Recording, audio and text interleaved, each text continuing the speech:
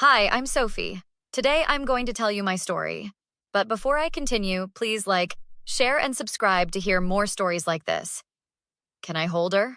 Jake asked, his eyes fixed on my 3-week-old daughter, Lily. Of course, I replied, carefully transferring my precious bundle into his arms. Support her head. There you go. Jake smiled down at Lily, who was peacefully sleeping. She's beautiful, Sophie. Congratulations.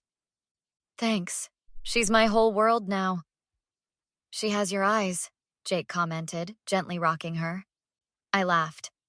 Everyone says that, but honestly, I think she looks like Mark. Jake looked at me with that familiar mischievous glint in his eyes. You sure? I mean, we dated not that long ago. That's when I made the joke that would destroy my marriage. Well, who knows? It could be your child, I teased, rolling my eyes dramatically. The moment the words left my mouth, I heard a sharp intake of breath behind me. I turned to see my husband Mark standing in the doorway, his face drained of color, the gift bag he was holding slipping from his fingers. Mark, I was just kidding, I started, but he was already backing away. I forgot something in the car, he mumbled before disappearing. Jake handed Lily back to me, looking uncomfortable. That didn't land well. It was just a stupid joke, I said, trying to convince myself more than him. Mark knows that. But Mark didn't come back inside. 10 minutes later, I heard his car start and pull out of the driveway. He's just getting some air, I assured Jake. He's been stressed with the new baby and everything. Jake nodded. Maybe I should go. Text me if you need anything. After Jake left, I called Mark's phone repeatedly, but he didn't answer. Hours passed. Night fell. I put Lily to bed and sat on the couch, staring at the door, waiting. Mark never came home that night. Or the next. Or the one after that. He's not answering any of my calls, I told my best friend Olivia over the phone the next day. I've left dozens of messages. What exactly happened? Olivia asked. I explained the joke and Mark's reaction. Sophie, that's not a great joke to make about your newborn. It was obviously a joke. Jake and I broke up over 2 years before Lily was conceived.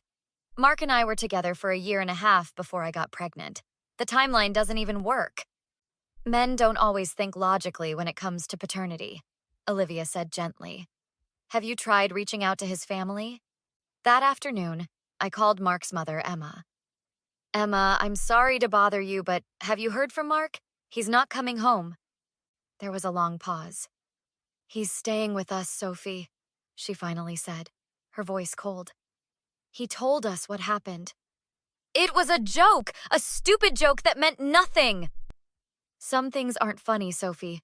Paternity is one of them. But Lily is his daughter. Look at her. She has his chin, his ears.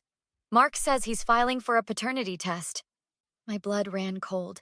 He can't be serious. He is. And until that's resolved, I think it's best you don't call here anymore. The line went dead. I stood there, stunned. Lily beginning to cry in her bassinet. Days turned into weeks. Mark only communicated through his lawyer. A paternity test was scheduled and completed. I knew what the results would show because there was never any question in my mind. I can't believe he's doing this to me, I told my brother James over coffee while Lily slept in her stroller beside us. One stupid joke and he throws away our marriage? James frowned. I never liked him much anyway. Always seemed like he was looking for a reason to be offended. What if there's more to it? I wondered aloud. What if he was already looking for an exit? What do you mean? Mark's been distant ever since I got pregnant. Working late, business trips. What if he's been setting this up? Using my joke as the perfect excuse to leave? James leaned forward. If that's true, we need to find out why. No private investigators, I said firmly. I don't want to stoop to that level, but I do want the truth. The paternity results came back, confirming what I already knew. Mark was Lily's father, but instead of coming home, he sent divorce papers through his lawyer. He's still leaving? Olivia asked in disbelief when I told her. Even after the test proved he's the father? He claims the trust is broken. I said, wiping away tears. That he can't look at Lily without wondering if I've been unfaithful. That's ridiculous. It was one joke. I know, and I'm starting to think this was exactly what he wanted. That night, I did something I should have done weeks ago. I checked our shared computer. Mark had forgotten to log out of his email. I wasn't looking for evidence of cheating. I was looking for something more practical. Oh my God, I whispered as I scrolled through his inbox. There were emails with a recruiter about a job in Seattle, dating back months before Lily was born. There were apartment listings, moving companies. He had been planning to leave us. The next day, I called his office and asked to speak with his colleague, Rachel. Rachel, it's Sophie, Mark's wife. Sophie, how are you holding up? I heard about, well, you know.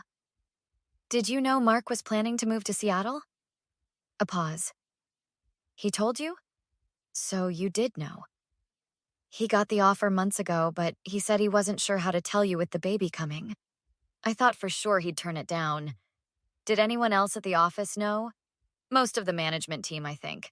They were prepping his replacement. So, everyone knew except his pregnant wife. Sophie, I'm so sorry. I assumed he'd discussed it with you. I thanked her and hung up. Pieces were falling into place. I sent Mark a text.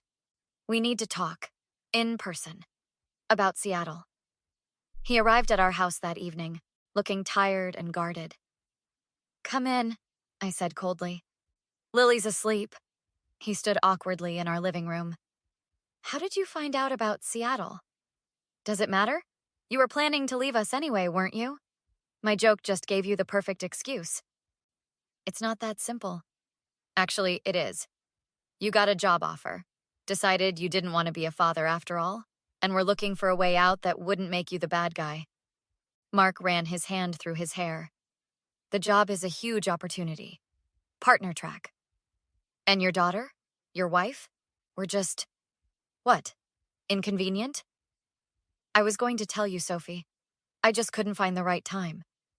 When exactly is the right time to tell your pregnant wife you're abandoning her? Second trimester? Third?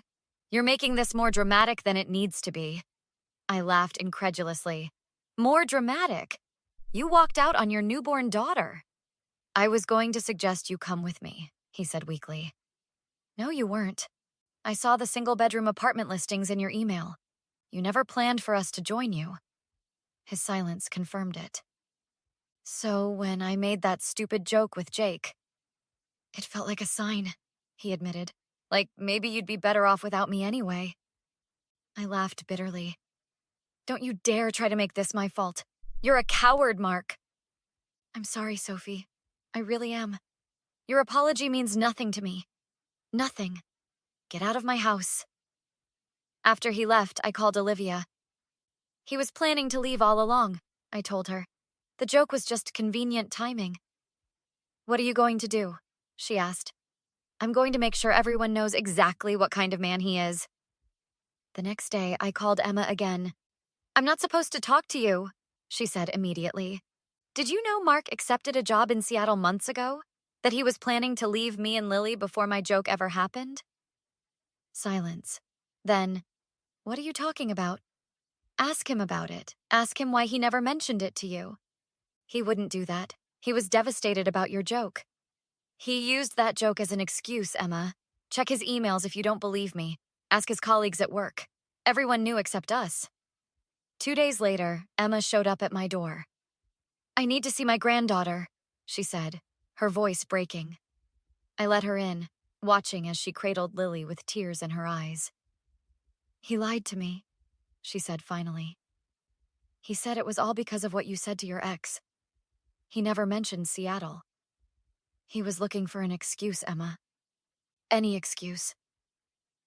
His father did the same thing to me, she whispered. Left when Mark was 3. I never thought my son would repeat that pattern. He had me convinced it was my fault, I said. That I'd ruined everything with one tasteless joke. I believed him too, Emma admitted, stroking Lily's cheek. I was horrible to you on the phone that day. Can you ever forgive me? You were protecting your son. I understand that. What will you do now? She asked. First, I'm going to stop blaming myself. Then I'm going to make sure he can't hide what he's done. Mark's company had an annual dinner coming up, a dinner where he was supposed to be publicly congratulated on his new position in Seattle. I decided to attend. You can't just show up, James warned when I told him my plan. Security might not let you in. That's why you're coming with me, I replied. As my +1. This could get ugly, Sophie. He made it ugly when he lied to everyone about why he was leaving. The night of the dinner, I wore my best dress, did my hair, and left Lily with Olivia. James and I walked into the hotel ballroom as if we belonged there. Sophie, Mark's boss Tom greeted me warmly.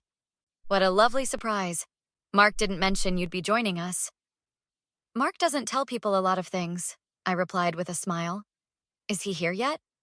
He's just arrived, over by the bar. I spotted Mark across the room, laughing with colleagues. He hadn't seen me yet. Tom, I was hoping to say a few words tonight, I said. About Mark's big move. Tom looked surprised but pleased. Of course. We'd love to hear from you before he leaves. Later, after dinner, Tom clinked his glass and stood up. Before we officially announce Mark's promotion and relocation, his wife Sophie would like to say a few words. The room went silent. Mark's face drained of color as I walked to the microphone. For those who don't know me, I'm Sophie, Mark's wife. We have a beautiful 6-week-old daughter named Lily. Murmurs of confusion spread through the room. Most of these people hadn't even known Mark was married, let alone a father. I'm here tonight because I wanted to congratulate Mark publicly on hiding his family so successfully from all of you while planning his escape to Seattle. The room went completely silent. 3 weeks ago, Mark walked out on his newborn daughter because of a tasteless joke I made. He used that as his excuse to leave us, never mentioning that he'd been planning his exit for months. He demanded a paternity test, which confirmed he is indeed Lily's father, but still chose to abandon us. Mark stood up. Sophie, stop. No, Mark, I won't stop. These people should know who they're working with. A man who walks out on his responsibilities, who lies to his family, who's willing to use any excuse to avoid being a father. I looked around the room at the shocked faces. Congratulations on your promotion, Mark. I hope it was worth it. I walked out, head held high, James following close behind. That was intense, he said once we were outside. It felt good, I admitted. To tell the truth, the fallout was swift. Mark's boss called me the next day. Sophie, I wanted to let you know that Mark has decided not to take the position in Seattle after all. Oh? Yes. And, well, between us, his career trajectory here has been significantly altered. We value family at this company. Thank you for letting me know, Tom. I have 2 daughters myself, he said. If anyone did to them what Mark did to you, well, let's just say he got off easy. Mark's mother became my strongest ally. She watched Lily 3 days a week so I could go back to work part-time. I failed him as a mother somehow, she told me one day. I didn't teach him to be accountable. You didn't fail him, Emma. He failed himself. And you and Lily, she added sadly. I'm so sorry, Sophie. Don't apologize for him. Just help me give Lily the family support she deserves. I will, Emma promised, for as long as you'll let me. 6 months passed. Mark paid his child support but rarely used his visitation rights. I heard through mutual friends that he'd been passed over for promotion twice. His reputation in the industry was damaged. No one wanted to work with a man who'd abandon his newborn daughter. One evening, there was a knock at my door. Mark stood there looking thinner, tired. Can we talk? He asked. About what? I've been doing a lot of thinking. About us, about Lily. I made a terrible mistake. I leaned against the doorframe. Which mistake? Planning to abandon us? Using my joke as an excuse? Or just getting caught? All of it. I panicked when I found out you were pregnant. I wasn't ready to be a father. And you think I was ready to be a mother? No one's ever ready, Mark. You just step up and do it. I know that now. I want another chance, Sophie. With you. With Lily. I looked at him for a long moment, remembering the weeks of tears, the sleepless nights, the humiliation. No, Sophie, please. Your apology means nothing to me. Nothing. I don't need you, and neither does Lily. We're doing just fine without you. She's my daughter, too. Yes, she is. And you can be a father to her if you actually show up for your visitations. But you and I, we're done. Forever. I closed the door on his face and went to check on Lily, sleeping peacefully in her crib. I smoothed her hair gently. "It's just you and me, little one," I whispered. "And that's more than enough." A year later, I was thriving in my career. Lily was growing beautifully, and I had a supportive network of friends and family. I heard Mark had taken a lower-paying job in another state, his career never recovering from the reputation he'd earned. Olivia smiled as she watched Lily toddle around my living room. "You know what they say? Living well is the best revenge." I nodded, looking at my beautiful daughter. "I don't even think about revenge anymore. He's irrelevant to us now." "You're stronger than I would have been," she admitted. "I might have been tempted to take him back when he came begging." "Some betrayals can't be forgiven," I said simply. "And some jokes aren't worth losing everything over." He made his choice. I picked up Lily as she ran to me, her little arms outstretched, her face alight with joy. And honestly, what would you do if your partner used one tasteless joke as an excuse to abandon your family? Would you ever trust them again?